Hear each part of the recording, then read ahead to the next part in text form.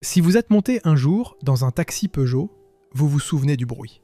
Ce cliquetis grave et rassurant du diesel au ralenti, devant une gare, à toute heure, le moteur d'une 404, d'une 504, qui semblait devoir tourner éternellement.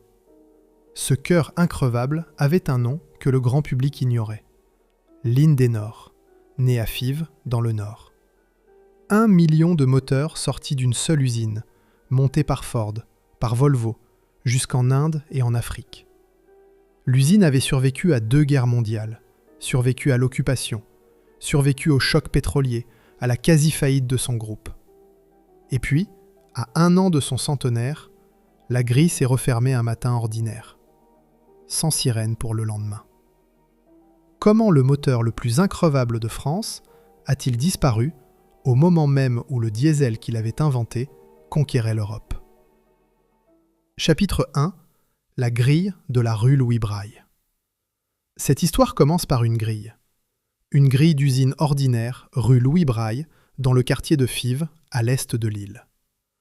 En la regardant aujourd'hui, rien ne dit ce qu'on a fabriqué derrière elle pendant un siècle. Derrière cette grille, pourtant, la France a construit son tout premier moteur diesel. Puis 1 million des moteurs les plus increvables que la mécanique ait jamais alignés. Des moteurs qui ont fait rouler les taxis de Paris, les taxis Brousse d'Afrique, les bateaux de pêche de 3 continents. L'usine a ouvert en 1898. Elle a fermé en 1998. 100 ans à 12 mois près. On ne l'a pas laissé fêter son centenaire. Retenez cette date double, parce que c'est elle qui contient toute l'affaire. Une usine peut mourir de 1000 façons. Elle peut être ruinée par la concurrence, dépassée par la technique, emportée par une faillite. Celle-ci n'a rien connu de tout cela. Au moment précis où sa grille s'est refermée, le moteur qu'elle avait inventé triomphait dans toute l'Europe. Le diesel français n'était pas en train de mourir. Il était en train de gagner. Et c'est en gagnant qu'il a rendu cette usine inutile. Mais n'allons pas trop vite. Pour comprendre comment le berceau du diesel français a fini en dépôt de véhicules de la police nationale, car c'est ce qu'il est devenu, il faut revenir au commencement. Il faut revenir à l'homme qui a planté cette usine dans le Nord, loin de tout ce qui portait son nom. Cet homme s'appelait Armand Peugeot. En cette fin de XIXe siècle, le nom de Peugeot n'évoque pas encore l'automobile. Il évoque l'acier, les outils, les moulins à café, les lames de scie, les ressorts de corset, la quincaillerie prospère d'une dynastie du Doubs, installée depuis des générations dans les vallées de Franche-Comté, autour de Montbéliard. Peugeot frères, c'est une affaire de famille, solide, méfiante, enracinée dans l'Est. Et Armand Peugeot, lui, porte une idée que ses cousins jugent hasardeuse. Il croit à la voiture sans cheval. Il finit par s'émanciper. Il fonde sa propre maison, la Société anonyme des automobiles Peugeot, pour poursuivre seul ce que la famille regarde avec prudence. Et lorsqu'il cherche où bâtir l'usine qui fabriquera les organes mécaniques de ses voitures, il ne choisit pas l'Est familial. Il choisit le Nord. C'est le premier geste, et déjà il surprend. Le premier site industriel Peugeot hors du bastion de Montbéliard ne sera pas dans le Doubs. Il sera à Lille, en plein pays ouvrier, dans une ville de charbon, de textile et de métallurgie, où la main-d'œuvre est nombreuse et le travail du métal une seconde nature. En 1898, l'usine ouvre ses portes. Elle emploie environ 400 personnes. 400 personnes pour commencer. Un siècle plus tard, elles se compteront par milliers, et le dernier d'entre eux fermera la grille sans même savoir qu'il ferme aussi la plus vieille usine de moteurs diesel de France. Voilà où nous sommes. Une usine neuve, dans une ville d'acier, portée par un homme qui a parié contre sa propre famille. Ce qu'Armand Peugeot ne pouvait pas voir, c'est que le vrai destin de son usine lilloise ne se jouerait pas dans l'automobile à essence de son temps. Il se jouerait dans une mécanique qui n'existait pas encore vraiment. Une mécanique lourde, bruyante, économe, faite pour durer. Et pour que cette mécanique-là voie le jour, il allait falloir un autre homme. Chapitre 2. L'homme qui a fait l'usine de série. Cet autre homme s'appelait Ernest Materne. Si l'usine de Lille est née de la volonté d'Armand Peugeot, c'est Materne qui l'a faite. Pas au sens des murs et des toits, au sens plus profond de ceux qui décident comment une usine pense, comment elle s'organise, comment elle produit. Armand Peugeot avait eu l'intuition. Materne, lui, avait la méthode. Et la méthode, à l'aube du XXe siècle, était une chose rare. Nous sommes en 1906. À cette date, l'immense majorité des ateliers français fonctionnent encore comme des ateliers d'artisans agrandis. On fabrique à la commande, à l'estime, au coup d'œil du contremaître. Le mot productivité n'est pas entré dans le vocabulaire courant. Il n'y entrera qu'une génération plus tard. Mais à la tête de son équipe d'ouvriers, à Peugeot-Lille, Ernest Materne fait déjà quelque chose que presque personne ne fait autour de lui. Il chiffre. Il chiffre tout. Chaque geste, chaque pièce, chaque mètre carré. Il rédige des plans, il calcule les temps, il anticipe. Là où d'autres voient une usine qui tourne, lui voit une usine qui va grandir. Et il prépare cet agrandissement avant même qu'on le lui demande.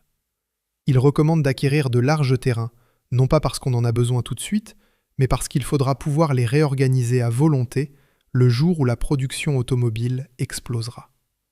Et elle va exploser, il en est certain. C'est une façon de penser l'usine qui, en 1906, tient presque de la voyance. Materne ne construit pas un atelier. Il construit un espace de production capable de se transformer, encore et encore, sur des décennies. Les 10 hectares du site, répartis de part et d'autre de la rue Louis Braille, portent sa marque. Longtemps après lui, la géographie même de l'usine, la disposition des halles, la circulation des pièces, la place laissée pour l'extension, devra beaucoup à ses conceptions. Il n'a pas seulement organisé la production, il a organisé l'espace de la production, du même élan, comme les deux faces d'une seule idée. On a résumé son œuvre d'une formule. Il a transformé l'usine de bricoleur en usine de série. Ce n'est pas un mince changement. L'atelier de bricoleur, c'est le règne du geste individuel, du tour de main jalousement gardé, de la pièce qu'on ajuste une à une. L'usine de série, c'est autre chose. C'est la pièce pensée pour être reproduite 1000 fois à l'identique. La chaîne organisée pour que le travail circule sans heurts, le temps mesuré, la qualité garantie non par le talent d'un seul, mais par la méthode de tous. Materne a fait passer Lille de l'un à l'autre. Et ce passage, cette bascule de l'artisanat vers la fabrication rationnelle, deviendra plus tard, par un retournement amer, l'une des raisons même de la fin de l'usine. Mais nous n'en sommes pas là. Voilà le paradoxe fondateur de cette usine. Elle a été pensée pour l'automobile de série par l'un des premiers hommes en France à comprendre vraiment ce que ce mot voulait dire. Et c'est cette rigueur-là, cette culture du calcul et de la précision qui allait la préparer, sans qu'elle le sache, à sa véritable vocation. Car en 1928, tout bascule. En avril de cette année-là, l'usine change de nom. Elle devient la Compagnie lilloise de moteurs, la CLM. Et derrière ce changement de nom, il y a une décision considérable dont personne, sur le moment, ne mesure la portée. À Lille, on va se lancer dans la construction du moteur à huile lourde, le moteur diesel. Pour la première fois en France. Mesurons l'audace du choix. En 1928, se lancer dans le diesel, c'est miser sur une technologie encore jeune, encore rare, encore mal aimée du grand public, et le faire dans un pays où presque personne ne la maîtrise. Il n'existe pas d'école du diesel en France, pas de tradition établie, pas de fournisseurs rodés. Tout est à apprendre, à importer, à inventer sur le tas. Lille choisit d'entrer la première dans cette aventure et d'y engager son avenir. C'est un pari d'ingénieurs et d'industriels qui croient à la mécanique de demain plutôt qu'à celle d'hier.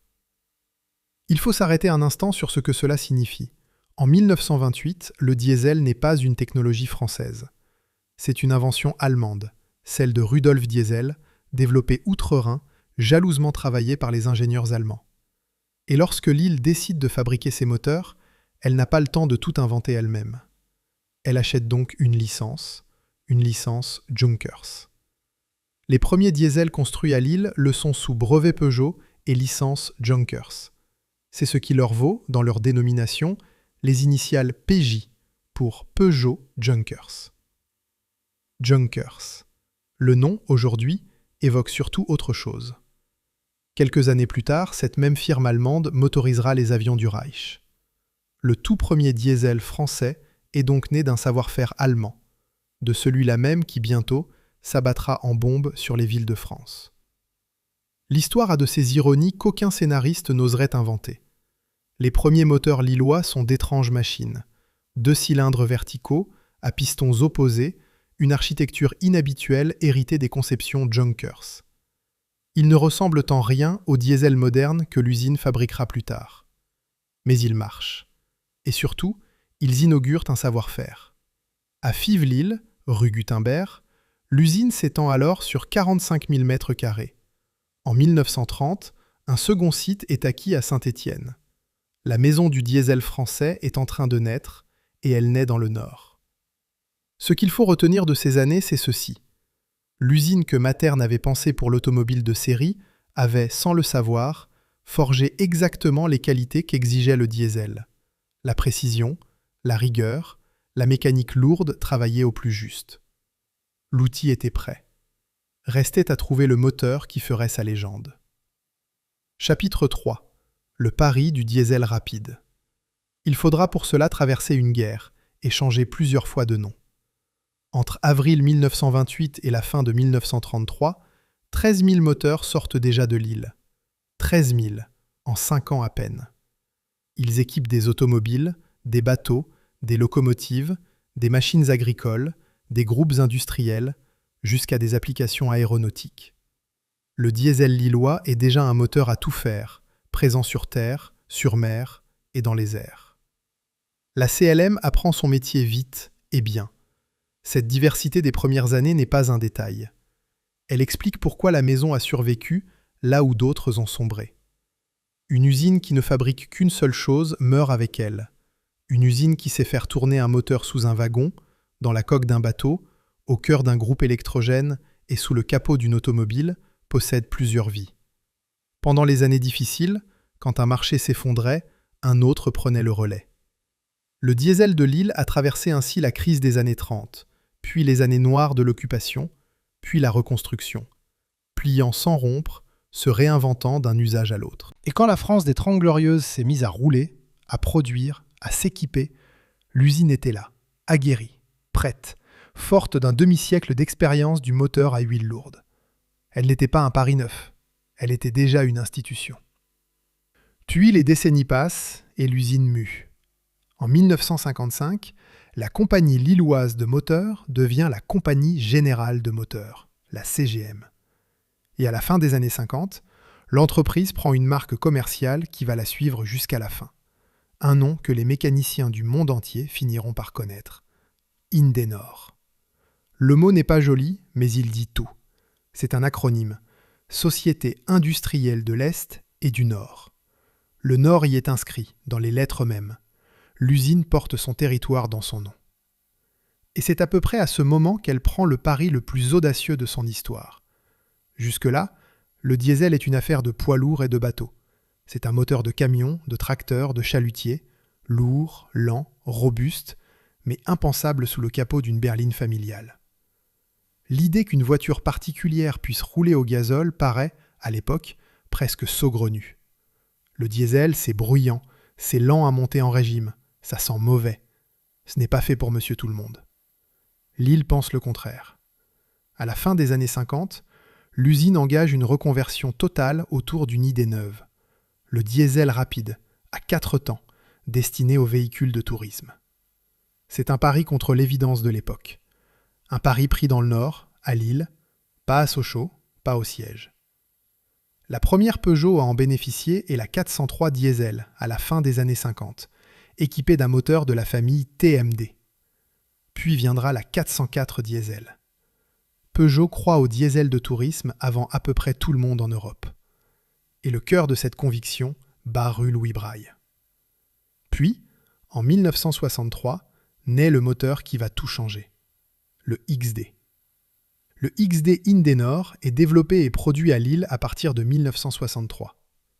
Sur le papier, il n'a rien de spectaculaire. 4 cylindres en ligne, un bloc en fonte, une culasse en aluminium, une injection indirecte, après chambre, du type Ricardo Comet.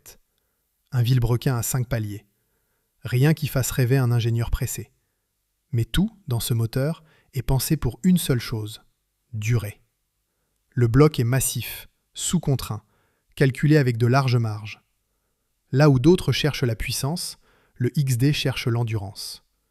Ce n'est pas un moteur qu'on pousse, c'est un moteur qu'on use et qui refuse de s'user. Il tournera, dans ses différentes versions, jusqu'en 1992. Près de 30 ans de carrière pour une seule architecture. C'est, en soi, la preuve qu'on avait vu juste. Un mot ici sur cette injection indirecte que le XD avait adoptée, car elle jouera plus tard un rôle inattendu dans notre histoire.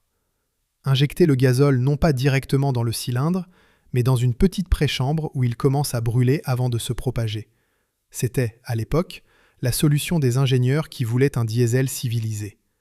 Plus douce, plus silencieuse, plus souple qu'une injection directe encore trop brutale pour une voiture de tourisme, la préchambre Ricardo Comet rendait le diesel supportable sous le capot d'une berline. Loin d'être un archaïsme, c'était, dans ces années-là, un choix d'avant-garde. Retenez ce point. Car le jour venu, on accusera Peugeot de s'être entêté dans cette voie par orgueil, d'avoir raté le tournant de l'injection directe. C'est une légende, et nous verrons pourquoi. Pour l'heure, la préchambre fait exactement ce qu'on lui demande. Elle donne à la France un diesel qu'on peut mettre dans une automobile sans rougir. Le XD va devenir le cœur mécanique de toute une génération de Peugeot. Il équipe la 404, puis la 504, dans sa version XD 90, de 2112 cm3, développant environ 65 chevaux à partir de 1970. Puis viennent la 505, la 604, l'utilitaire J7 et jusqu'à la Talbot Agora. Partout où il faut un diesel qui ne rende jamais l'âme, on trouve le moteur de Lille. Mais le plus étonnant n'est pas là. Le plus étonnant, c'est que le savoir-faire lillois devient lui-même un produit d'exportation. Peugeot ne se contente pas de monter le XD dans ses propres voitures. Il le vend à d'autres constructeurs. Et pas n'importe lesquels. Ford, concurrent direct de Peugeot, achète le diesel de Lille pour l'installer dans ses Granada, ses Sierra, ses Scorpio. Que le rival anglo-américain vienne chercher son moteur chez Peugeot en dit long sur la réputation de l'usine. Volvo Penta en fait la base de moteurs marins. Au Portugal, UMM l'adopte. En Inde, Mahindra et Tata le montent sous licence.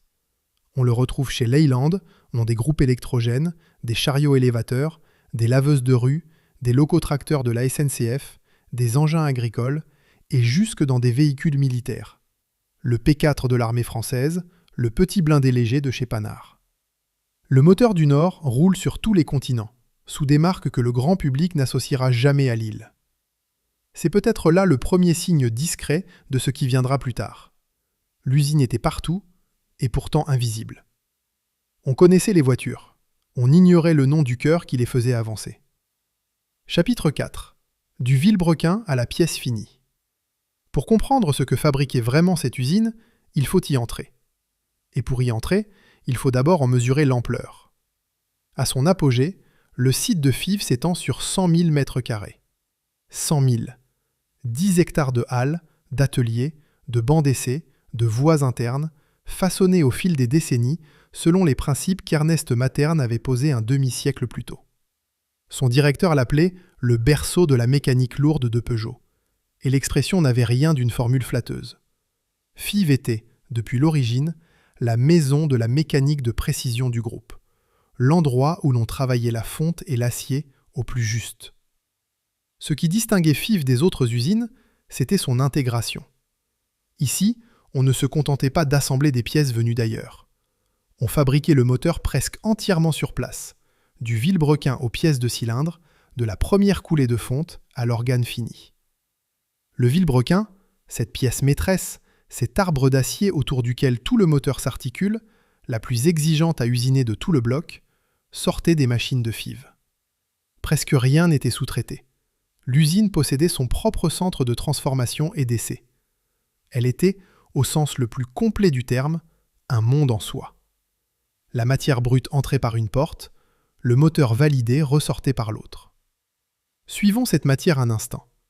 Tout commençait par la fonte. Le métal en fusion coulait dans les moules, refroidi, ébarbé, pour donner le bloc brut du moteur, cette masse grise et lourde qui n'était encore rien qu'une promesse. Venait ensuite l'usinage. Le bloc passait de machine en machine, on perçait les cylindres, on surfaçait les plans de joints, on taillait les logements, chaque opération plus fine que la précédente. Le vilebrequin, lui, suivait son propre chemin. Forgé, puis rectifié avec une patience d'horloger, car de sa perfection dépendait la douceur et la longévité de tout le moteur. Les bielles, les pistons, la culasse d'aluminium, la préchambre, chaque organe naissait, se contrôlait, se mesurait. Puis venait l'assemblage, où toutes ces pièces, nées sous le même toit, se rejoignaient enfin en un moteur complet. Et seulement alors, le banc d'essai. Un cycle entier, de la coulée au rugissement, accompli d'un bout à l'autre rue Louis Braille. Peu d'usines au monde pouvaient en dire autant. Et ce monde avait une odeur, un bruit, une texture. L'odeur, c'était celle de l'huile de coupe et du métal chaud, cette senteur âcre et grasse qui imprègne les vêtements et ne s'en va plus. Le bruit, c'était le sifflement aigu des rectifieuses mordant l'acier des vilebrequins, un son continu, strident, qui perçait le grondement de fond des ateliers. Et au bout de la chaîne, il y avait le fracas sourd et prolongé des bancs d'essai, car, chez Fives, on ne livrait pas un moteur qu'on n'avait pas fait tourner. Derrière chaque moteur, il y avait des mains. Usiner un vilebrequin à quelques microns près, l'épaisseur d'un cheveu partagé en plusieurs, n'est pas une affaire de machine seule.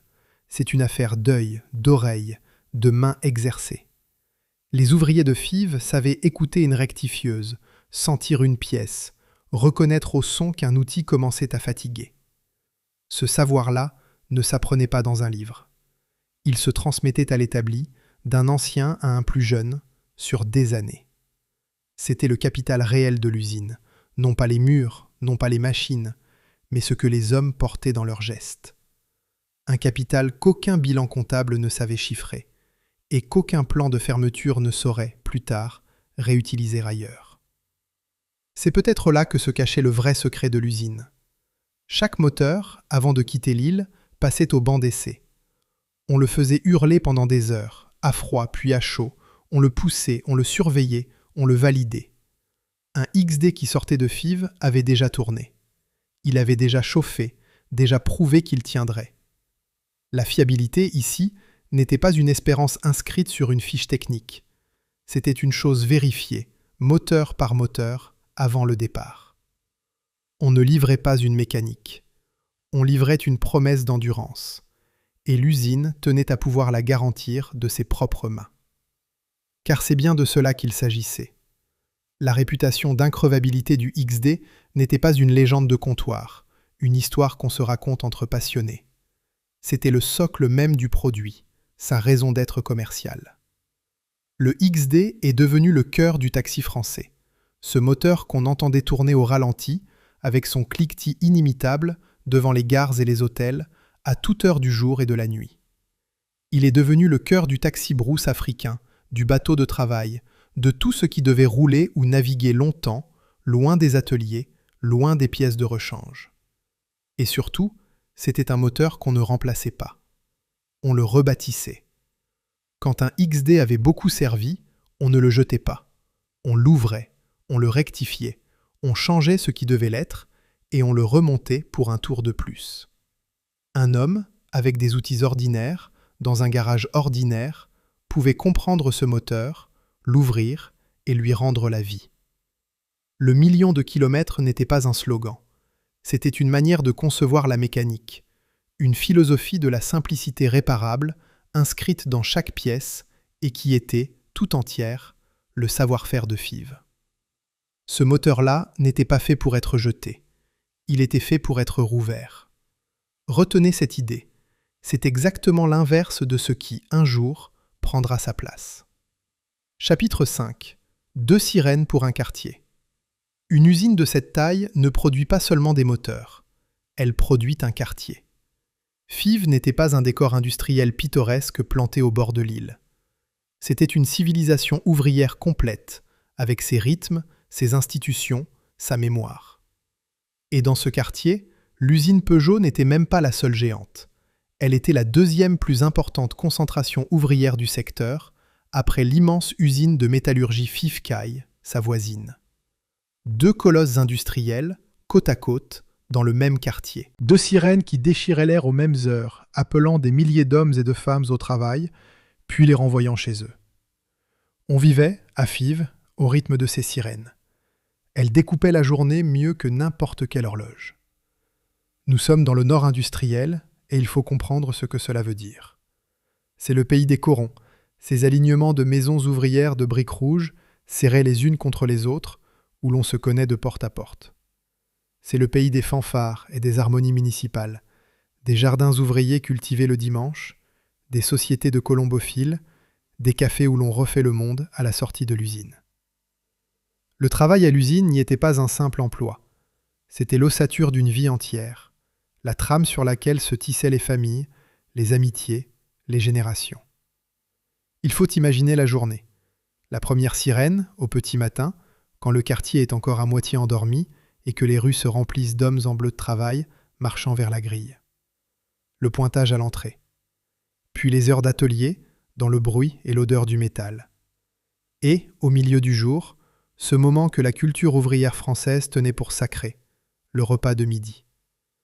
On ne mangeait pas un sandwich debout devant sa machine. On s'attablait, on prenait le temps, on partageait un vrai repas. C'était, dans le fracas de l'usine, une parenthèse de civilisation, un droit conquis autant qu'une habitude. Puis la reprise, jusqu'à la sirène du soir qui rendait les hommes à leur famille. Et pour beaucoup, ce rythme se répétait en 3-8, l'usine ne s'arrêtant jamais tout à fait, les équipes se relayant jour et nuit pour que les moteurs continuent de sortir. Et le travail, dans une usine de cette taille, ne s'arrêtait pas à la grille. La France d'après-guerre avait doté ces grandes usines d'une institution que le monde ouvrier avait conquise de haute lutte, le comité d'entreprise.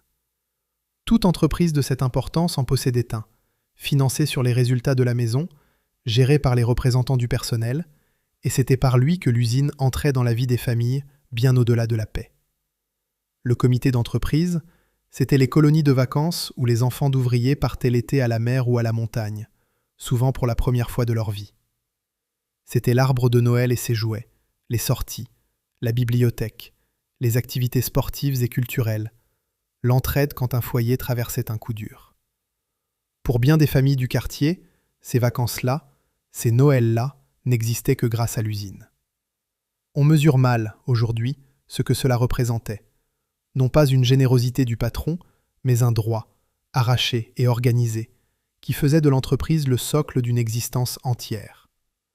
Quand une usine de ce genre fermait, ce n'était pas seulement un salaire qui disparaissait. C'était tout un tissu invisible qui se déchirait d'un coup. Les colonies, les fêtes, la solidarité. Et que rien, ensuite, ne remplaçait. Combien était-il ? Dans les années 70, l'usine emploie environ 1700 personnes à la seule construction du moteur rapide. Et si l'on compte toutes les activités du site, l'effectif monte jusqu'à 2700, parfois 3000 ouvriers. Mais ces nombres, aussi impressionnants soient-ils, ne disent pas la vérité de la chose. Car derrière chaque emploi, il y a un foyer. Derrière chaque foyer, une paix qui fait vivre une famille. 2700 ouvriers, ce sont 2700 vies organisées autour de la grille de la rue Louis Braille. Des enfants nourris, des loyers payés, des dimanches, des vacances, des retraites préparées. Une usine, à cette échelle, ne fait pas que fabriquer. Elle porte, sur ses épaules, une part entière du quartier. Et cette part se transmettait. On n'entrait pas à Peugeot-Lille comme on prend un emploi de passage. On y entrait souvent comme le père y était entré avant soi, et parfois le grand-père avant lui. L'usine était une affaire de lignée. Le savoir-faire se transmettait à l'établi, mais l'appartenance, elle, se transmettait à la table familiale, dans les récits du soir, dans la fierté d'un métier, dans cette certitude tranquille qu'il y aurait pour le fils comme pour le père une place derrière la grille. C'est une continuité de ce genre que la fermeture, un jour, brisera d'un seul coup, et l'on ne mesure jamais tout à fait ce que vaut une chaîne de génération tant qu'elle n'a pas été rompue. Il y a une autre part de cette histoire qu'il serait malhonnête de passer sous silence. L'industrie du Nord ne s'est pas construite avec les seules mains françaises. Elle s'est construite par vagues successives de main-d'œuvre immigrée, polonaise et italienne d'abord, venue dès l'entre-deux-guerres et les années de reconstruction, maghrébine ensuite. Dans les mines, dans la métallurgie, dans les ateliers de tout le bassin, ces hommes-là ont porté leur part du fardeau, souvent aux postes les plus durs, souvent dans des conditions plus rudes encore que celles de leurs camarades nés en France. La composition exacte des ateliers du diesel de Fives, les nationalités, les proportions, reste difficile à établir avec certitude. Les archives ouvrières de ce site précis sont minces. Mais raconter une usine lilloise de cette époque sans cette présence serait raconter une histoire fausse. Ces ouvriers-là ont fait le moteur du Nord au même titre que les autres, et ils méritent la même place dans le récit. Pas une note en bas de page. Car l'usine, à Fives, n'était pas un lieu fermé, interdit, séparé de la vie. Les archives gardent la trace de journées où les familles des ouvriers, les femmes, les enfants, parcouraient les ateliers, découvraient les machines, voyaient de leurs yeux l'endroit où le père passait ses journées. L'usine se visitait. On la montrait avec fierté. Elle n'appartenait pas seulement aux patrons ni aux ingénieurs. Elle appartenait d'une certaine façon à tout le quartier, qui la regardait comme un patrimoine partagé. C'était son bien commun, sa raison d'être, l'axe autour duquel tournait Fives. Voilà ce qu'était l'usine à son sommet. Non pas un simple lieu de production, mais un pilier. Retirez ce pilier, et ce n'est pas seulement une entreprise qui vacille. C'est un quartier tout entier. Chapitre 6. Le millionième moteur. Il y eut un jour de gloire. Un sommet où tout ce que l'usine avait bâti se rassembla en un seul instant. Nous sommes en 1976.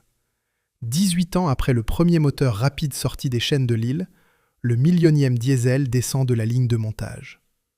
Le millionième. 1 million de moteurs. 1 million de fois la fonte coulée, le vilebrequin usiné, le banc d'essai franchi, la promesse d'endurance tenue. L'usine emploie alors 2700 personnes sur ses 100 000 mètres carrés. La télévision se déplace, les caméras filment, on célèbre comme il se doit ce cap qui dit à lui seul un demi-siècle de savoir-faire. C'est la fierté d'un métier qui a conquis le monde, réuni un matin autour d'un moteur, pas tout à fait comme les autres. Rien, dans ces années-là, ne laissait présager la suite. Le diesel Peugeot était au sommet de sa réputation. Les commandes affluaient, les taxis en réclamaient, les constructeurs étrangers venaient toujours frapper à la porte de Lille. Dans la presse, dans les discours, on célébrait le savoir-faire français, l'increvable moteur du Nord, cette maison presque centenaire qui semblait défier le temps lui-même. La confiance était totale, et elle était méritée. On ne se méfie pas d'un sommet quand on vient de l'atteindre après un demi-siècle d'ascension. Personne n'imaginait que la menace, le jour où elle viendrait, ne prendrait pas la forme d'un concurrent ni d'une crise, mais celle, bien plus insidieuse, d'un simple déplacement de la carte industrielle. 11 ans plus tôt, l'usine avait déjà prouvé autre chose, quelque chose que personne dans le monde du diesel ne croyait possible. En juin 1965, sur l'anneau de vitesse de Montlhéry, une Peugeot 404 spéciale, équipée d'un moteur XD88 de 1948 cm3, s'était lancée dans une entreprise folle, battre des records d'endurance. Pas sur un tour, sur des heures. La voiture avait tourné plus de 30 heures d'affilée, à des moyennes proches de 160 km/h, et elle avait fait tomber 22 records de sa catégorie. 22. Songez à ce que cela signifiait. Le diesel, ce moteur qu'on disait lent, lourd, tout juste bon pour les camions, ce diesel-là venait de tenir 160 à l'heure pendant plus d'une journée entière, sans faillir. La preuve était faite par le chronomètre, noir sur blanc. Un diesel pouvait être à la fois increvable et rapide. Ces records de Montlhéry firent la légende commerciale du moteur de Lille. Ils disaient au monde entier ce que Fives savait déjà, que ces moteurs ne cassaient pas. Et c'est ici que l'histoire prend son tour le plus cruel. En 1976, sur la scène du millionième moteur, entouré de ses caméras et de sa fierté, personne dans cette usine ne songe à faire un autre calcul. Personne ne se dit qu'il reste, à ce site, tout juste 22 ans à vivre. L'usine vient de prouver au monde entier qu'elle est increvable. Ses moteurs traverseront les décennies, tourneront 1 million de kilomètres, se laisseront rouvrir et reconstruire à l'infini. Mais elle, l'usine, le berceau, la maison mère, la mécanique de précision du Nord, elle rendra l'âme la première, avant ses propres moteurs, bien avant. Car au moment où Fives célèbre son apogée, le monde a déjà commencé, ailleurs, à se refaire autour d'elle. À 700 km de là, en Lorraine, une usine plus jeune sort de terre. Des ingénieurs travaillent déjà sur le moteur qui remplacera le XD. Et les décisions qui, une à une, videront Fives de son avenir sont, pour certaines, déjà en train de se prendre, dans des bureaux où l'on n'a jamais entendu la sirène de la rue Louis Braille. L'usine était à son sommet, le point le plus haut. Mais derrière ce sommet, le sol avait déjà commencé, sans bruit, à se dérober. Chapitre 7. L'avenir se construit ailleurs. Le sol se dérobait, disions-nous. Mais pour comprendre comment, il faut commencer par un paradoxe. Ce qui a tué tant d'industries françaises dans les années 70, le choc pétrolier, a d'abord profité à Fives. En 1973, puis de nouveau en 1979, le prix du pétrole s'envole. Les files d'attente s'allongent aux stations-service, l'économie se grippe, la peur du lendemain s'installe dans les foyers français. Mais dans ce bouleversement, une chose devient soudain précieuse, la sobriété. Et le diesel, ce moteur qui consomme moins, qui va plus loin avec moins de carburant, ce diesel qu'on regardait naguère de haut, devient tout à coup désirable. La France se met au gazole. Année après année, la part des voitures diesel dans les ventes grimpe encore, jusqu'à faire de la France l'un des pays les plus dieselisés d'Europe. Et l'usine qui, depuis un demi-siècle, fabrique le moteur diesel le plus fiable du pays, se retrouve exactement au bon endroit, au bon moment. Ce qui ruine les autres la conforte. C'est ce qui rend la suite si difficile à comprendre et si cruelle. Fives ne va pas mourir d'avoir manqué le virage. Fives va mourir alors qu'elle est du bon côté du virage. Car pendant que le produit triomphe, le groupe, lui, vacille. Il faut élargir le regard. Dans ces mêmes années, la maison Peugeot mène une politique de conquête qui la met en péril. Elle rachète Citroën en 1976. Puis, en 1978, elle absorbe les filiales européennes de Chrysler, ces marques en difficulté qu'elle rebaptisera Talbot. En quelques années, un constructeur familial de l'Est de la France est devenu un géant continental.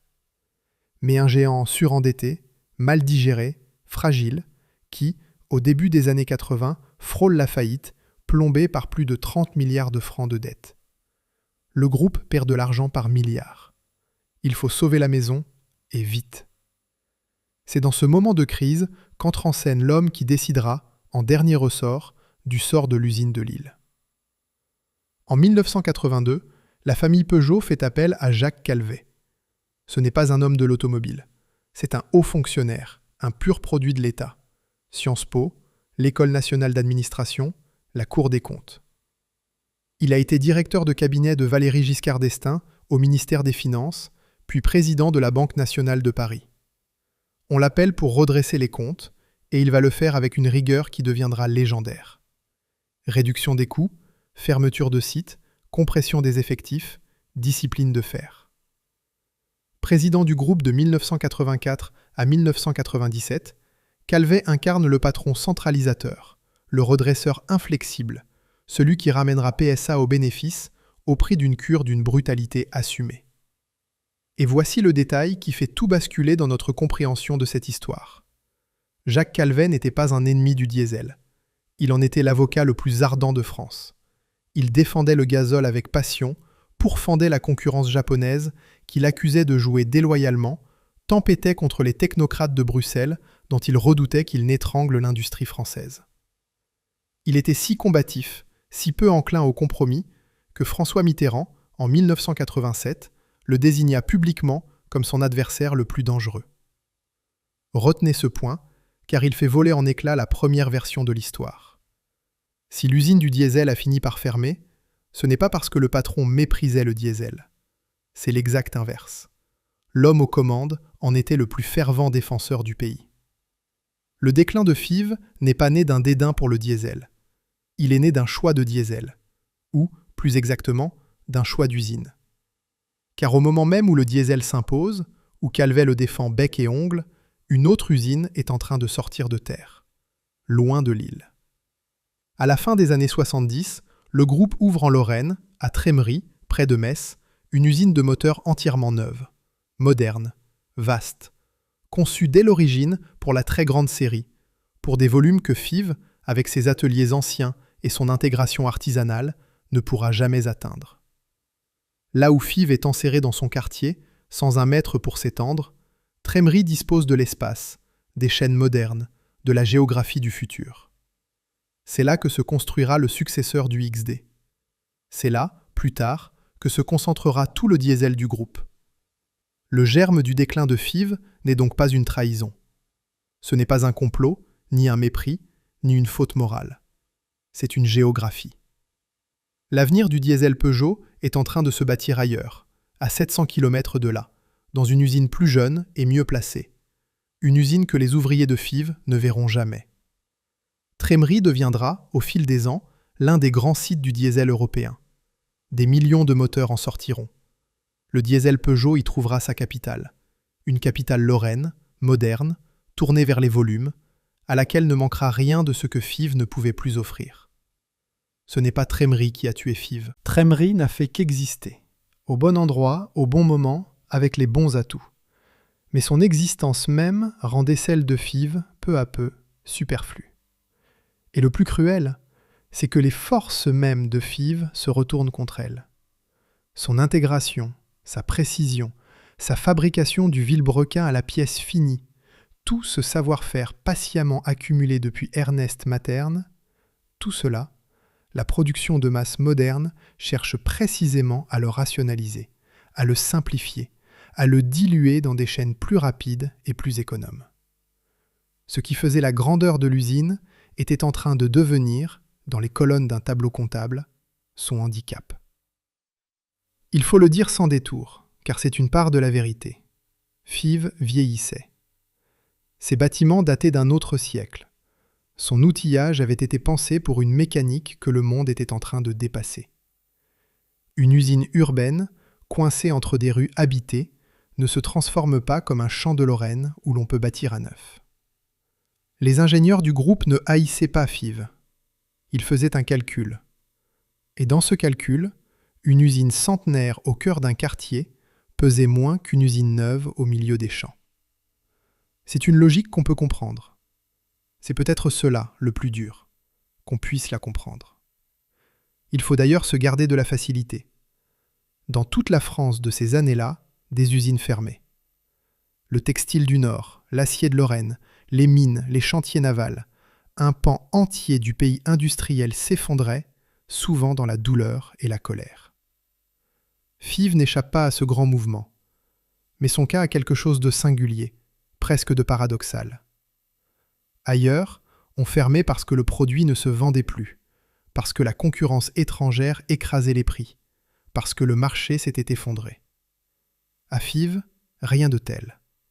Le diesel se vendait comme jamais. Le produit était bon, demandé, moderne dans sa lignée. Ce n'est pas le marché qui a lâché l'usine. C'est le groupe qui a jugé l'usine de trop, en pleine réussite du produit. L'usine était du bon côté du virage, mais elle était du mauvais côté de la carte. Chapitre 8. 3 décisions rationnelles. Il n'y a pas dans cette histoire d'acquéreurs étrangers venus piller le patrimoine. Pas de prix de cession scandaleux, pas de repreneur qui promet monts et merveilles avant de disparaître avec la caisse, pas de coupable qu'on pourrait montrer du doigt et haïr en paix. C'est ce qui la rend plus dure encore. Ce qui a vidé Fives de son avenir, ce ne sont pas des crimes. Ce sont des décisions. Chacune raisonnable, chacune défendable devant un conseil d'administration. Et toutes, additionnées, mortelles. On appelle cela, dans le langage feutré de l'industrie, une restructuration. Mais mises bout à bout, ces restructurations ressemblent à s'y méprendre à une liquidation lente. Une liquidation sans liquidateur. Voici la première décision. Quand vient le moment de remplacer le XD, ce moteur robuste mais vieillissant, conçu au début des années 60, C'est un successeur remarquable qui sort des bureaux d'études. Le XUD, lancé en 1982. Et il faut être juste envers lui. Le XUD est un chef-d'œuvre. Toujours à injection indirecte, toujours fidèle à la philosophie de la préchambre héritée de Fives, mais plus léger d'environ 15% que la génération précédente, plus compact, plus raffiné, plus silencieux. À sa sortie, la presse spécialisée le salue comme l'un des meilleurs diesels du monde. Un moteur si abouti, si doux pour son époque, qu'il faisait soudain paraître agricole tous ses concurrents. C'était, à nouveau, la France en tête du diesel de tourisme. C'était, à nouveau, la lignée de Lille qui triomphait. Mais ce chef-d'œuvre, ce digne héritier qui aurait pu offrir à Fives 30 ans de plus, n'est pas produit à Fives. Il est produit à Trémery. Et c'est bien là toute l'amertume. Le XUD n'était pas un reniement de Fives. Il en était le prolongement, l'aboutissement, l'enfant le plus doué. La préchambre qu'il perfectionnait, c'était celle de Lille. La philosophie d'endurance qu'il portait, c'était celle de Lille. Tout dans ce moteur venait de Fives, sauf le lieu où on le fabriquait. La logique est imparable sur le papier. On modernise, on concentre les volumes sur un site neuf, conçu pour eux, on rationalise. Personne, dans cette décision, ne souhaite la mort de Lille. On cherche simplement l'efficacité, la baisse des coûts, la compétitivité. Mais la conséquence, elle, est sans appel. Le moteur qui devait porter l'avenir porte désormais l'avenir d'une autre usine. Fives, elle, garde l'ancienne génération. Elle garde le XD, qu'elle continuera d'assembler dans ces dernières années, pendant qu'ailleurs, on fabrique le futur. Et un moteur qu'on ne remplace plus est un moteur qui compte ses années. Une usine qui ne fabrique plus que le passé compte les siennes. Les ouvriers de Fives le pressentaient, certains plus que d'autres. On sent ces choses dans une usine. On voit où vont les investissements. On voit ce qu'on vous confie et ce qu'on confie aux autres. Car c'est ainsi qu'une usine meurt lentement, sans qu'on prononce jamais le mot de fermeture. On ne la tue pas. On cesse simplement de l'alimenter.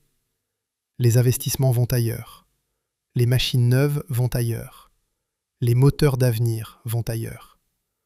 On laisse le site tourner sur sa lancée, avec ses outils vieillissants et son produit condamné, jusqu'au jour où il devient si évident qu'il n'a plus d'avenir, que la décision de fermer paraît non plus une exécution, mais un simple constat. C'est une méthode douce, presque humaine dans sa lenteur.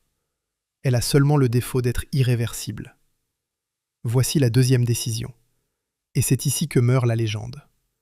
Dans les années 90, l'industrie du diesel connaît sa plus grande révolution depuis Rudolf Diesel lui-même. Le passage à l'injection directe à rampe commune. Fini la préchambre. Le carburant est désormais injecté directement dans le cylindre, à très haute pression, sous le contrôle permanent de l'électronique. Le bien est spectaculaire. Plus de puissance, moins de consommation, moins de bruit, moins de fumée. C'est une rupture totale. C'est le moteur que Peugeot appellera le HDI. Il faut mesurer l'ampleur de cette rupture. Passer de la préchambre à l'injection directe à rampe commune, ce n'est pas améliorer un moteur, c'est en changer la nature. La pression d'injection est démultipliée, l'électronique prend les commandes de la combustion, la conception entière du moteur doit être repensée. Une telle transformation ne se greffe pas sur de vieilles chaînes. Elle exige des lignes nouvelles, des outils nouveaux, des usines pensées pour elle. Le HDI n'était pas une évolution du XD, c'était un autre monde industriel. Et cet autre monde, on ne l'a pas bâti rue Louis Braille. Or voici ce que raconte la légende, celle-là même qui donne son titre à cette histoire. Elle prétend que Peugeot, par orgueil, aveuglé par sa réussite passée, se serait accroché à sa vieille injection indirecte, aurait dédaigné l'injection directe, aurait raté ce tournant décisif, et en serait mort. Une seule erreur, dit le récit. Une seule erreur fatale qui aurait détruit le moteur le plus increvable du monde. Regardons les faits. C'est faux, entièrement faux. Loin de rater l'injection directe, Peugeot en fut l'un des tout premiers pionniers en Europe. Les premiers HDI sont une réussite technique majeure, portée par le groupe, et ils feront de PSA l'un des leaders du diesel sur le continent pour les 20 années suivantes. Il n'y a pas eu d'erreur fatale, il n'y a pas eu d'entêtement suicidaire, il n'y a pas eu d'aveuglement. Le groupe a pris le virage de l'injection directe mieux et plus vite que la plupart de ses rivaux. Alors pourquoi l'usine est-elle morte? Parce que ce triomphe, comme le précédent, s'est préparé et fabriqué ailleurs. Le site lillois, outillé pour une mécanique d'une autre époque, n'était pas celui du HDI. Le HDI appartenait aux usines modernes, aux chaînes nouvelles, à l'électronique et à la très haute pression. Il exigeait des investissements colossaux, des lignes que Fives ne pouvait pas accueillir entre ses murs anciens. Et voici le cœur, le vrai cœur de toute cette histoire. Le succès du diesel Peugeot ne s'est pas construit contre le diesel. Il s'est construit contre l'usine qu'il avait inventée. Non par malveillance, par obsolescence. La légende dit que Peugeot a raté l'injection directe et que Fives en est morte. La vérité est infiniment plus dure à entendre. Peugeot a réussi l'injection directe. Et c'est précisément parce qu'il l'a réussi, ailleurs, dans des usines plus jeunes, que Fives est devenu superflu. Il n'y a pas eu une seule erreur. Il n'y a pas eu d'erreur du tout. Il y a eu un monde qui gagnait et une usine qui, sans avoir rien fait de mal, n'en faisait plus partie. C'est une chose terrible à dire, mais il faut la dire. Fives n'a pas été punie pour un échec. Elle a été rendue inutile par une victoire. La sienne d'ailleurs, autant que celle du groupe, car c'est bien sa lignée, son diesel, sa préchambre devenue rampe commune, qui triomphait. L'usine mère a été emportée par le succès de ses propres enfants. C'est pour cela que le titre même de cette histoire est un piège. Une seule erreur aurait détruit le moteur le plus increvable du monde. Mais il n'y a pas eu d'erreur. Il n'y a pas eu de moment où quelqu'un, dans un bureau, a pris la mauvaise décision par bêtise ou par orgueil. Chercher l'erreur, c'est chercher un coupable. Et chercher un coupable, c'est se rassurer. Car s'il existe un coupable, alors il suffisait de ne pas commettre la faute et tout aurait été sauvé. La réalité est plus froide et plus vertigineuse. Personne ne s'est trompé et l'usine est morte quand même. Elle est morte de la marche normale du progrès, de la logique tranquille des volumes et des coûts, d'un simple déplacement de la carte que nul n'avait décidé pour faire souffrir l'île. C'est une mort sans meurtrier. Et ce sont les pires, parce qu'on ne peut même pas les venger. Voici la troisième décision, la dernière, la plus simple et la plus lourde. En 1998, sous la présidence de Jean-Martin Folz, qui a succédé à Calvet l'année précédente, la direction du groupe décide de fermer définitivement l'usine de Fives. Il n'y a plus de raison de la maintenir. Le successeur du XD roule depuis plus de 15 ans à Trémery. L'injection directe triomphe dans des usines neuves. Le vieux moteur lillois a fait son temps. La décision, encore une fois, est rationnelle. Elle est même, du strict point de vue du groupe, évidente. Une ligne dans un plan industriel. Un site de plus qu'on referme. Vu de Paris, vu du siège, cette décision n'a rien d'un drame. C'est une opération de gestion, une rationalisation de plus dans un groupe qui en a mené des dizaines. On ne verse pas de larmes sur une ligne de plan industriel. Mais vu de Fives, vu de la rue Louis Braille, c'est la fin d'un monde. Toute la difficulté de cette histoire tient dans cet écart. Le même événement qui n'est, d'un côté, qu'une écriture comptable, est, de l'autre, l'effondrement d'un siècle de vie. Et l'un ne voit jamais tout à fait l'autre. C'est peut-être cela, la manière dont meurt vraiment l'industrie. Quand la distance entre celui qui décide et celui qui subit devient si grande que la décision ne pèse plus rien pour l'un et tout pour l'autre. Mais souvenez-vous de la date de naissance de cette usine. 1898. Et voici sa date de mort. 1998. 100 ans, à 12 mois près. On la ferme à 1 an de son centenaire. Elle n'aura pas le droit de souffler ses 100 bougies. Il lui manquera 12 mois. 12 mois, Après un siècle d'endurance, 2 guerres mondiales traversées, une occupation, des chocs pétroliers, la quasi-faillite du groupe, elle avait tout survécu. Elle ne survivra pas à un plan industriel. Les derniers salariés sont reclassés à la Française de mécanique, à Douvrin, dans le Pas-de-Calais. Retenez ce nom, Douvrin. Nous y reviendrons, car son histoire n'est pas encore finie, et sa fin, elle aussi, dira quelque chose. Et puis, il y a l'ironie ultime, celle qui referme la boucle et serre le cœur. 1998, l'année de la fermeture, c'est aussi l'année où s'impose le HDI. Le berceau du diesel français ferme ses portes au moment précis où le diesel français part à la conquête de l'Europe. Le fondateur s'éteint le jour du triomphe de sa descendance. On enterre le père pendant qu'on couronne le fils. Il reste une dernière perte, plus discrète et pourtant peut-être la plus révélatrice de toutes. Le nom.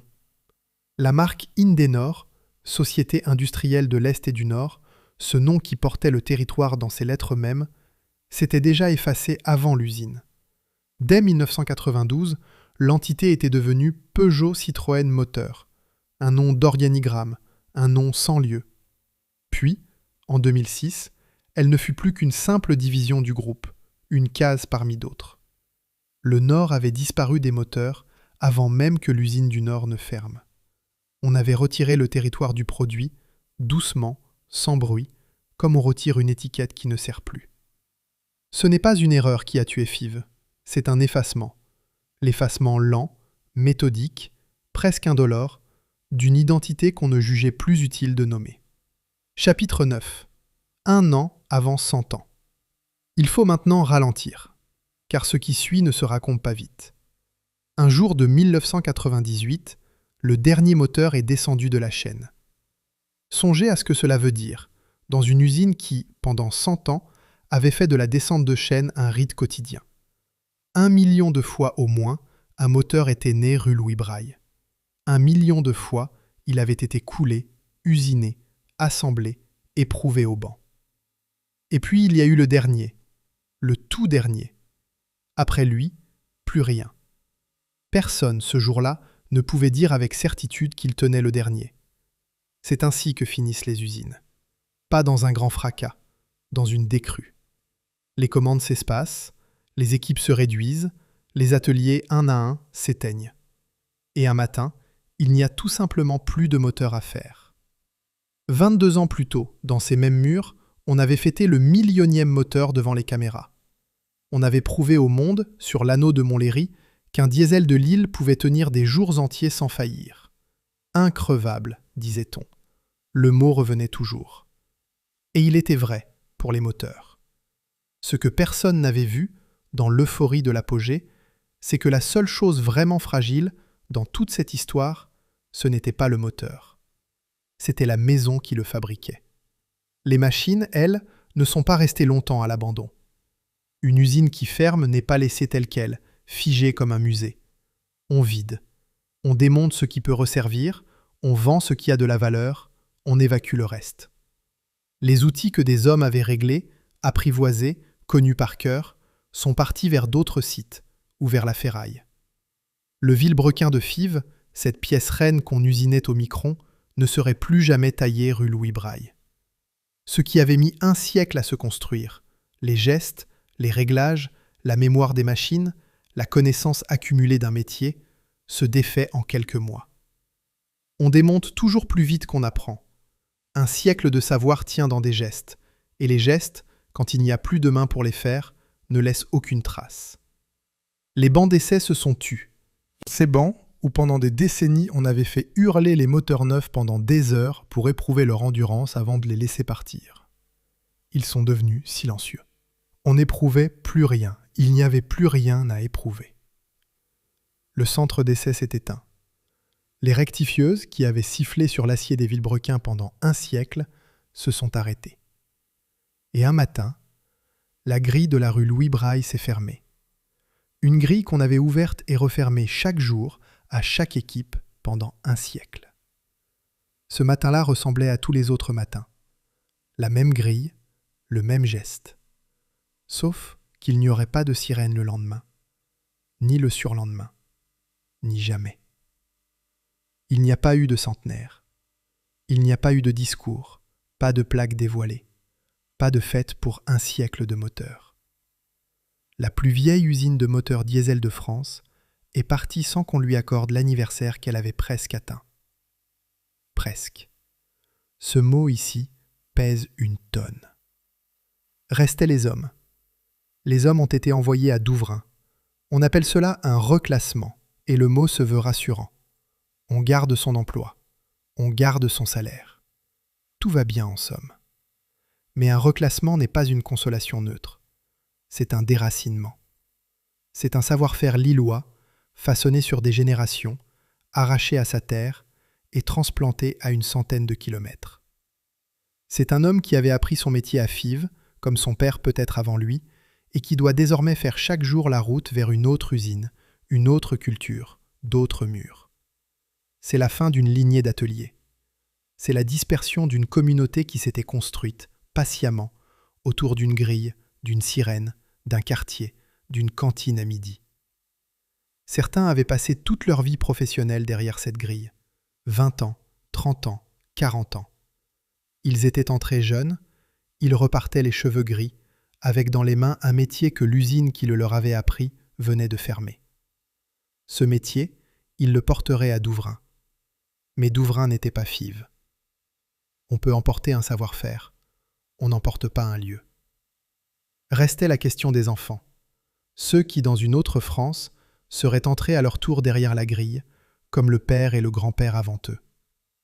Pour eux, il n'y aurait pas de place à Fives. La chaîne des générations, cette continuité qui faisait la fierté tranquille du quartier, s'arrêtait net. Le dernier Peugeot de la lignée familiale serait le dernier tout court. On ne déménage pas une communauté comme on déménage des machines. Les machines, on les démonte, on les charge, on les remonte ailleurs. Une communauté, quand on la déplace, on la casse. Il n'existe pas, dans le vocabulaire de l'entreprise, de mots pour dire cela. Le mot « reclassement » range les hommes dans une case. Il ne dit rien de ce qu'on leur retire en même temps qu'on leur conserve un salaire. Et le quartier, lui, encaisse. Fives avait vécu au rythme de 2 sirènes, celle de Peugeot, celle de Fives-Caille. L'une après l'autre, elle s'était tue. Un quartier qui perd son usine ne perd pas seulement des emplois. Il perd son horloge, son centre de gravité, la raison même pour laquelle tant de familles s'étaient installées là, de père en fils. Les commerces qui vivaient des ouvriers ferment à leur tour. Les cafés se vident. La ville continue, bien sûr. La vie continue toujours. Mais elle continue avec un trou au milieu. Un trou en forme d'usine. On voudrait, à ce stade du récit, une révolte. Une occupation d'usine, des banderoles, des ouvriers dressés contre l'injustice, comme il y en a eu ailleurs, à Longwy, à Florange, dans tant de bassins meurtris. Peut-être y en a-t-il eu à Fives. Les archives, encore une fois, sont avares. Mais il se peut aussi que ce déclin-là ait été trop lent, trop diffus, trop dépourvu de méchants désignables pour soulever la colère.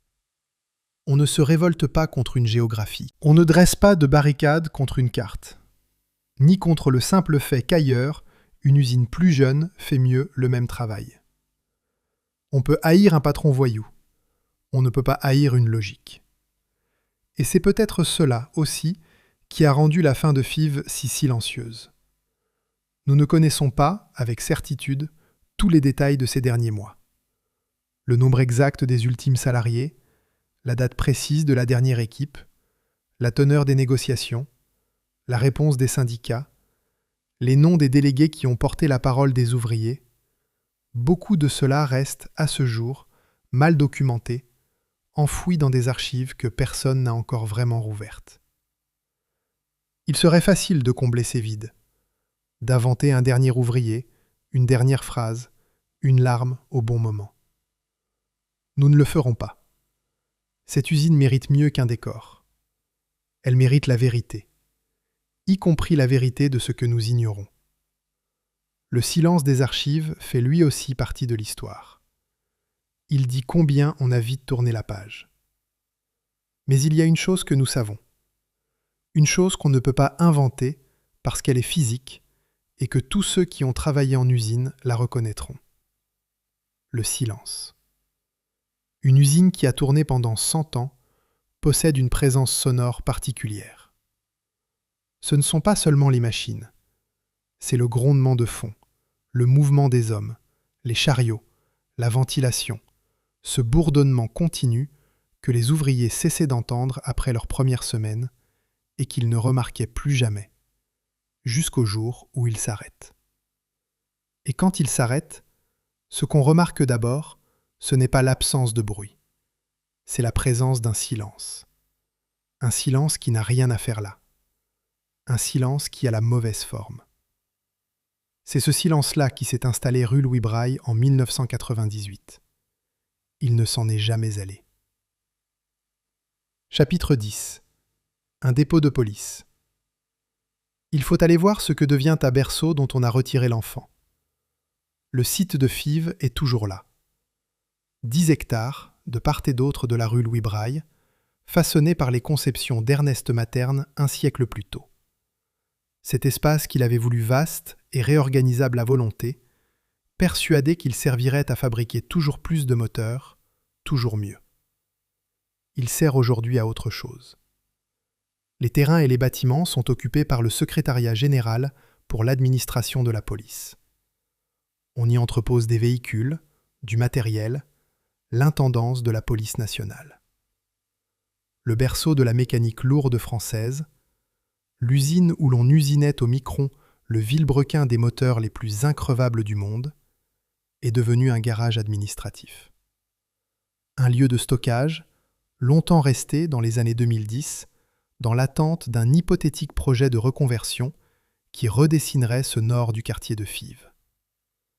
Mesurez le chemin parcouru. Là où l'on rectifiait l'acier des vilebrequins à quelques microns près, on gare des voitures de service. Là où 2700 personnes construisaient 1 million de moteurs, on entrepose du matériel. Là où hurlaient les bancs d'essai, il n'y a plus que le calme feutré d'un dépôt. Les mêmes murs, les mêmes volumes dessinés pour le fracas, mais habités désormais par le silence rangé de l'administration. Un lieu qui fut tout entier tendu vers la fabrication, vers le mouvement, vers la naissance de quelque chose, et qui ne sert plus qu'à immobiliser, à conserver, à ranger. Ce n'est même pas une ruine spectaculaire. Pas de cheminée effondrée, pas de verrière crevée, pas de ces images de désolation qu'on photographie et qu'on partage. C'est autre chose, et peut-être pire. Une usine qui a survécu dans ses murs, mais dont on m'a retiré l'âme, le travail, pour la remplacer par du rangement. Le bâtiment vit encore, mais il ne fabrique plus. Il garde. Un berceau devenu placard. Il n'y a pas de musée rue Louis Braille, pas de grande plaque pour dire aux passants qu'ici est né le premier diesel de France, qu'ici sont sortis 1 million de moteurs, qu'ici 2700 personnes ont eu une vie, un métier, une fierté. Le nom d'Indenor qui portait le Nord n'est plus inscrit nulle part. On passe devant sans savoir. Et c'est peut-être la dernière cruauté de cette histoire. Non seulement l'usine a disparu, mais le souvenir même de ce qu'elle fut s'efface, faute de quelqu'un pour le porter. Et pourtant l'histoire ne s'arrête pas là. Car il faut revenir à Douvrin, ce refuge où furent envoyés les derniers Lillois. La Française de mécanique de Douvrin avait été fondée en 1969, en commun par Peugeot et Renault. C'était une grande usine de moteurs, moderne, puissante, vivante. Pendant plus de 20 ans, elle a accueilli les hommes de Fives et leur savoir-faire, leur offrant une seconde vie thermique, une continuité, une raison de continuer à croire au moteur. Mais en 2025, le groupe Stellantis, héritier de PSA, né de sa fusion avec Fiat Chrysler, annonce la fin progressive de la production de moteurs thermiques à Douvrin. Le site est reconverti en giga-usine de batteries. Le moteur à explosion, celui du gazole et de l'essence, y cède la place à l'électrique. Le monde change encore, une fois de plus, et une fois de plus, le nord thermique se retrouve du mauvais côté du changement. Ainsi, le refuge de 1998 s'éteint à son tour. Les hommes de Fives avaient échappé au naufrage en montant à bord de Douvrin, et voici que Douvrin, à son tour, abandonne le moteur qui les avait fait vivre. Toute la lignée du moteur à combustion du Nord s'achève ainsi, maillon après maillon. Le diesel de Lille, d'abord. Le thermique de Douvrin, ensuite. Un monde entier de mécanique qui s'éteint, non pas d'un seul coup, mais par extinction successive, comme les lumières d'une grande maison qu'on éteint une à une, pièce après pièce, avant de fermer la porte et de partir pour ne plus revenir. Chapitre 11. Le moteur qu'on rouvrait. Reste à dire de quoi, au juste, on porte le deuil. Pas d'une entreprise. Peugeot n'a pas échoué. Le groupe a prospéré, dominé le diesel européen, traversé les décennies, les crises et les fusions. Peugeot roule encore, sur toutes les routes du monde. Ce n'est pas l'histoire d'une faillite. Et c'est ce qui la rend si particulière et si difficile à pleurer. Il n'y a pas de victime évidente, pas de grande maison abattue dont on pourrait déplorer la chute. Non. Ce dont on porte le deuil, à Fives, c'est d'un monde mécanique. Un monde où le moteur était simple, ouvrable, réparable. Un monde où l'on ne jetait pas une mécanique fatiguée, on la rouvrait, on la comprenait, on la reconstruisait, et elle repartait pour un tour, puis pour un autre. Le XD était de ce monde-là. C'était un moteur qu'un homme, dans un garage ordinaire, avec des outils ordinaires, pouvait ausculter, ouvrir et sauver. Les mécaniciens de toute la France, de toute l'Afrique, l'ont gardé vivant sur des centaines de milliers de kilomètres, précisément parce qu'il se laissait faire, parce qu'il ne cachait rien, parce qu'il tendait sa mécanique à qui voulait la comprendre. Ce diesel-là a été remplacé par un autre diesel. Un diesel triomphant, économe, propre, puissant. Meilleur, à bien des égards, il faut le reconnaître. Mais un diesel électronique, scellé, confié au calculateur, réservé aux spécialistes et aux valises de diagnostic. Le progrès était réel. La dépossession l'était tout autant. Car pour ceux dont le savoir tenait tout entier dans les mains, dans l'oreille exercée, dans le geste juste, dans la connaissance intime d'une matière qu'on pouvait toucher, ce monde nouveau n'avait plus de place. On ne rouvre pas un HDI sur un coin d'établi, on le branche. Le XD, lui, était increvable. Il a tenu ses promesses. Il tient encore les siennes, quelque part. Sur une route poussiéreuse, dans le moteur d'un vieux taxi qui refuse obstinément de mourir. Ce n'est pas le moteur qui n'a pas tenu, c'est l'usine. Et le métier. Et le monde qui allait avec. Le bâtiment est toujours là, rue Louis Braille, à Fives. Toujours vaste, toujours lisible comme quelque chose qui a compté. Ce qui manque, dans le bâtiment, c'est le travail. Plus de fonte coulée. Plus de vilebrequins rectifiés. Plus de bancs d'essai qui hurlent dans la nuit. Plus de ces milliers d'hommes et de femmes qui franchissaient la grille au son de la sirène, jour après jour, pendant 100 ans, à 12 mois près. Il reste les murs. Et le silence à l'intérieur, là où autrefois il y avait le moteur qu'on rouvrait.